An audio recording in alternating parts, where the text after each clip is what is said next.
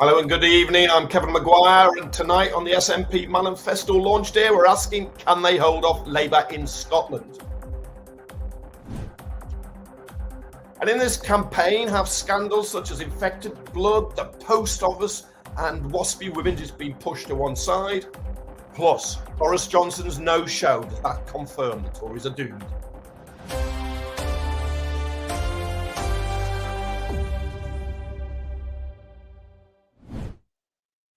I'm Kevin Maguire, and a group of experts have today officially branded the UK Conservative government the worst in post-war history, with equality down, economic growth down, Britain's standing in the world down.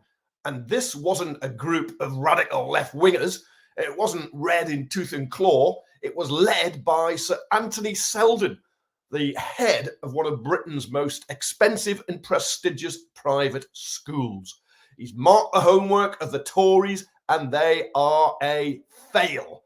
It looks like the public and the electorate and the voters who are showing they're going to be smashed in the polls, well, the people who you would think would normally back the Tories agree.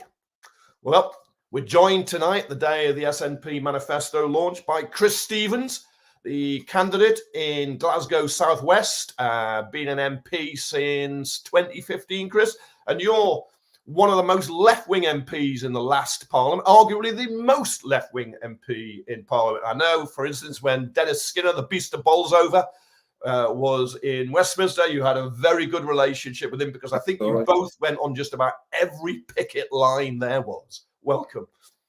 No, thanks very much, Kevin, and I'm glad you mentioned Dennis there. He's very much a much missed character in politics. No.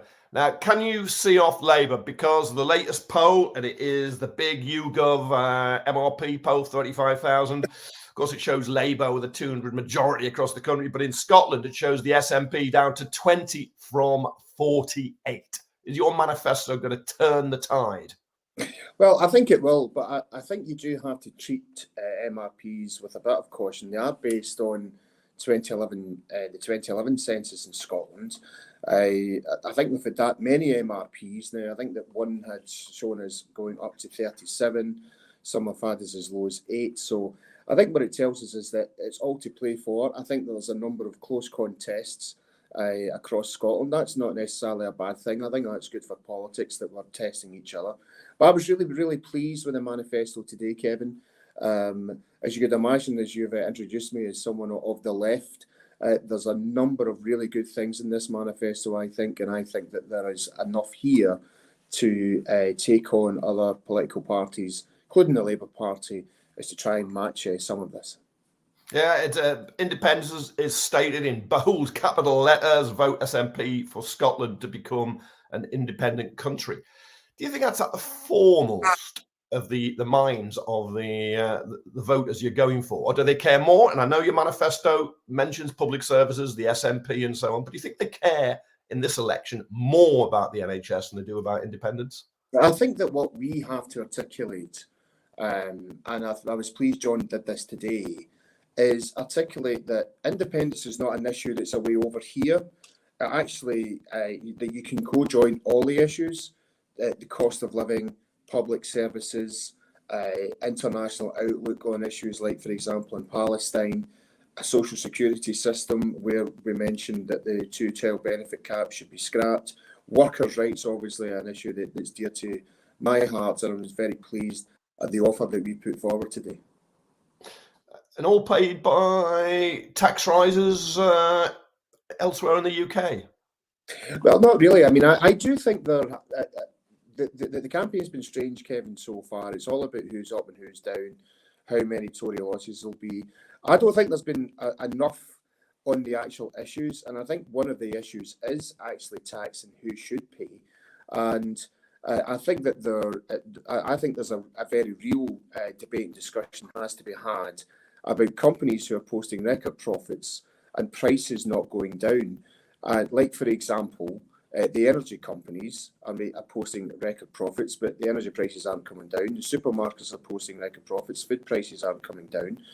You look at the banks who are closing bank branches right across the UK, including in Glasgow. Glasgow Southwest will be down to one bank branch. So I think there has to be a real debate around this, and I do think that that discussion, I'm pleased, has started in our manifesto.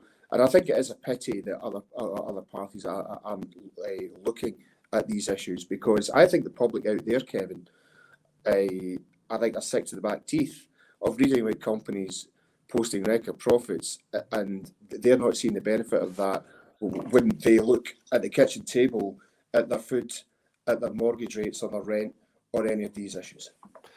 Chris, your leader, SNP leader, John Swinney, stressed moderation, but that it's also a clear pitch to the left of Labour. Is that attempting to have it both ways?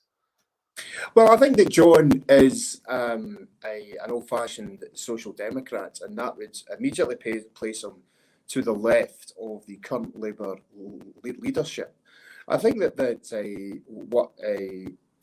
do think that we have positioned ourselves to the left of the current Labour Party, and I think that is probably where most Scots are.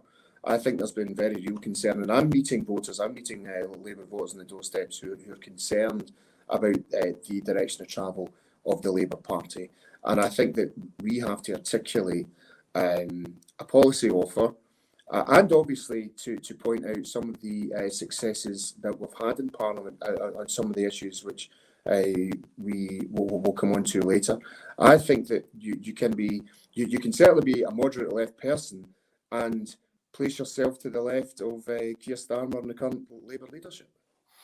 As a trade unionist, and you were a member of the Commons Work and Pensions Committee, you've been dealing with people on benefits, inequality and poverty. Is totemic of your pitch, your appeal, abolition of the two-child benefit cap, which Labour kind of says it would like it to go, but it hasn't got the money, won't say when it would or if it actually will, while the Conservatives brought it in? Well, I think that is one of the pitches. The other one, of course, is you'll be aware, because the Mirror has covered some of the work I've done around this on universal credit deductions, for example, in which you have this crazy system, excuse me, because of the advances at the start of a claim, you then have thousands of people being paid less than the state has decided should be the bare minimum for people to survive on. I'm also pleased that not just the two-child limit, but also an essentials guarantee, and that the level of social security payment should be at a level that people can afford food and can afford utilities, because I think that's an important debate to have as well. The Trussell Trust has pushed really, really hard on this, Kevin, and that I think has to be a must in the next Parliament. Yeah. The criticism that's sometimes voiced about schools and the NHS run by the SNP government. Do you think this is one of the elections where that change message is taking hold, and it's incumbents who will suffer? Because the SNP's dominated Westminster Scottish politics since 2015, been in power in Edinburgh since 2007. Is it an election where if you're in power, you are the major party, voters are going to give you a bit of a kicking? Well, I hope they don't give us a bit of a kicking, but it's our responsibility to articulate to the electorate some of the good things that are happening in Scotland. The NHS appears to be performing better in Scotland than it is in England, for example. But I do think that where I think we've got this right is that austerity must come to an end. This has been going on for far too long, at least 14 years. Arguably, when Alistair Darling was Chancellor, it began at that stage. You can't keep cutting your way to economic success. And part of the reason for that is there's been many studies done by the STUC and other organisations. It's something like, Kevin, 70 pence in every pound of public money ends up in the private sector economy. So if you cut public money and cut public services, and you have pay restraints in the public sector, that actually damages the whole economy. And I think that our manifesto offer is very clear. Austerity really needs to come to an end. And I think there's a very real concern that the Labour Party is sticking to Tory spending rules, which people like, for example, the Resolution Foundation is saying equates to £18 billion worth of cuts. I don't think the UK can survive with that, and I don't think Scotland can either. You've campaigned long and hard on the infected blood scandal. Are you frustrated that hasn't been a bigger issue in this campaign, along with the Fujitsu post office scandal and the scandal of the WASPy women's pensions? You can probably, I'm sure, name several more. Are you frustrated? Are you annoyed that they haven't made more headlines?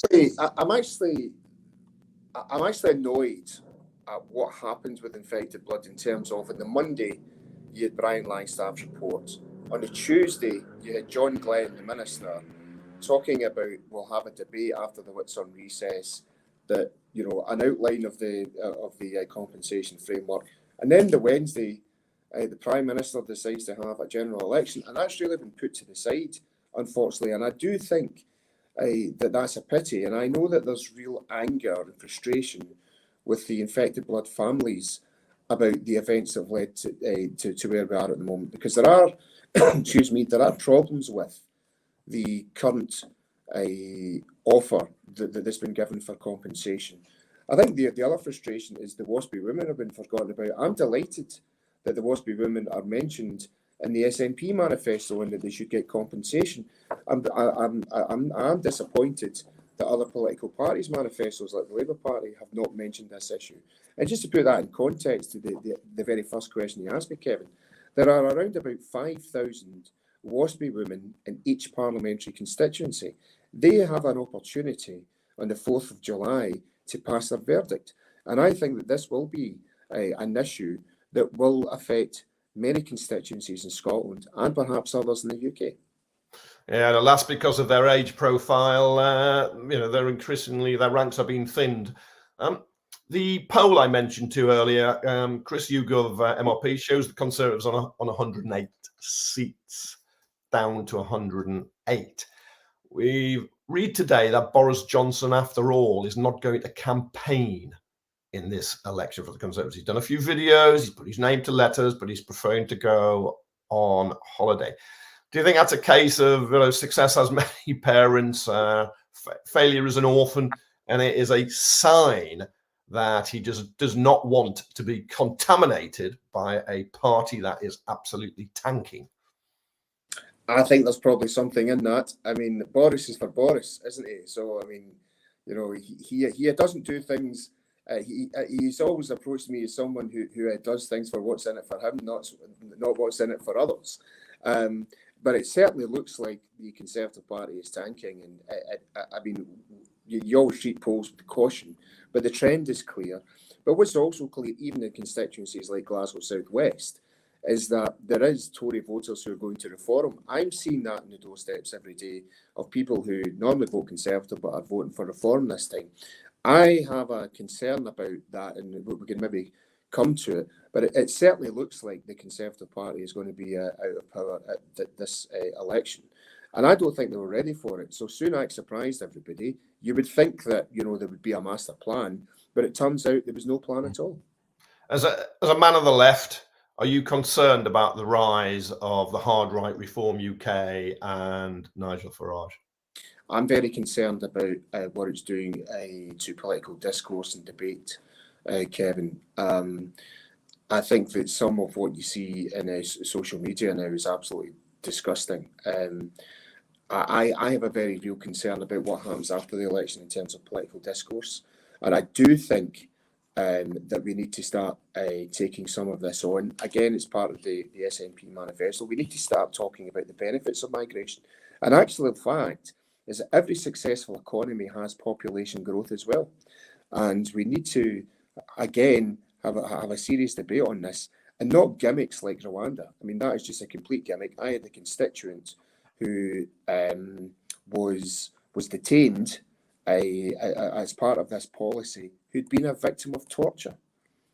The Home Office have acknowledged that this individual was a victim of torture, and they wanted to deport this guy. I just find that absolutely disgusting. And I do worry about the debate on immigration.